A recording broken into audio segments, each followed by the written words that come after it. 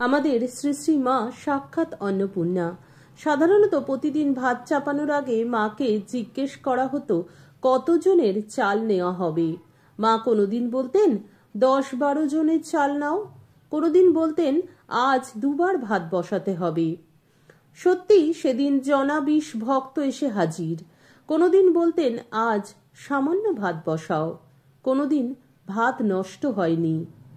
সেদিন মা রাধুনী বউকে বললেন জনা 10 জন্য চাল নাও। সে এসে বলল চাল বাড়ান্ত। মা বললেন কজনের বাড়ন্ত?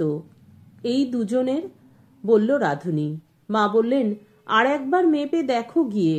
রাধুনী বলল 3 বার মেপে দেখেছি। মা বললেন আর একবার মেপে দেখো। রাধুনী একটু বিরক্ত হয়ে আবার মেপে দেখল, ঠিক 10 জনের মতো চাল রয়েছে। মা পিছনে এসে দাঁড়িয়ে বললেন কই হলো? মেয়েটি অবাক হয়ে যায়।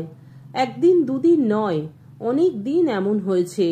রাধুনী এ বিষয়ে কয়েকবার প্রশ্ন করলে মা হেসে উড়িয়ে দিয়েছেন, বলেছেন ও কিছু নয়, তুমি মাপতে ভুল করেছো।